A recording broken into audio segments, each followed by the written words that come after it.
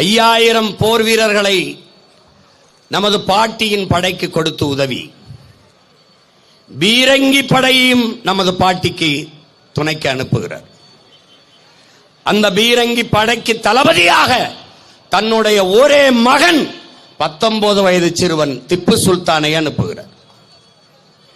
திப்பு சுல்தானிடத்திலே சொல்லுகிறார், அன்பு மகனே, நம்முடைய வீர மாதா வேலு நாச்சியார் படையின் கீழே இருந்து நீ சண்டை செய் என்று வாழ்த்தி அனுப்புகிறார்.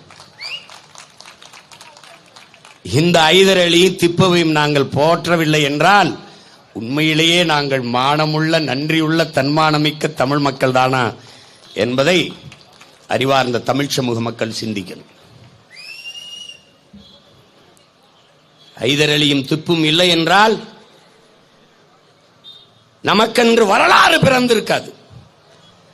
நம் பாட்டியினுடைய வரலாறு வெற்றி வரலாறாக பதிவாயிருக்காது. அதன் பின்னே நம்முடைய பாட்டன்கள் மருதிருவர்கள் மன்னராக இருந்து இந்த மண்ணை 11 ஆண்டுகள் 12 ஆண்டுகள் ஆண்டிருக்க முடியாது. அதை போலவே நம்முடைய வீர பெரும்பாட்டன் தீரன் சின்னமலை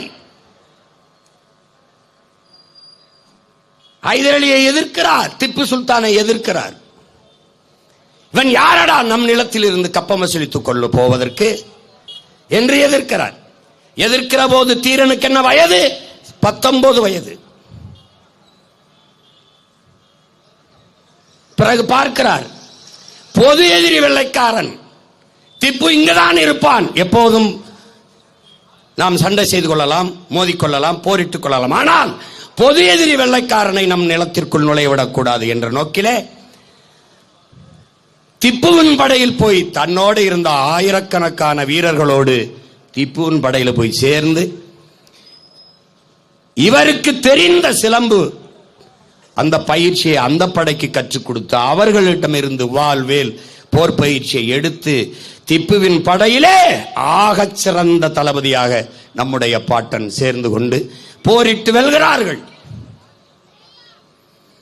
திப்பு நம் பாட்டனுக்கு பரிசாக, தீரா நீயே உன் நிலத்தை, இந்த நிலத்தை நீயே மன்னனாக இருந்து ஆட்சி செய், ஓடா நிலையை தலைமையிடமாக கொண்டு நீயே ஆட்சி செய் என்று அரியணையில் அமர வைத்த பெருமகன் திப்பு சுல்தான் என்பதை என்னரும் தம்பி தங்கைகள் மறந்துவிடக்கூடாது.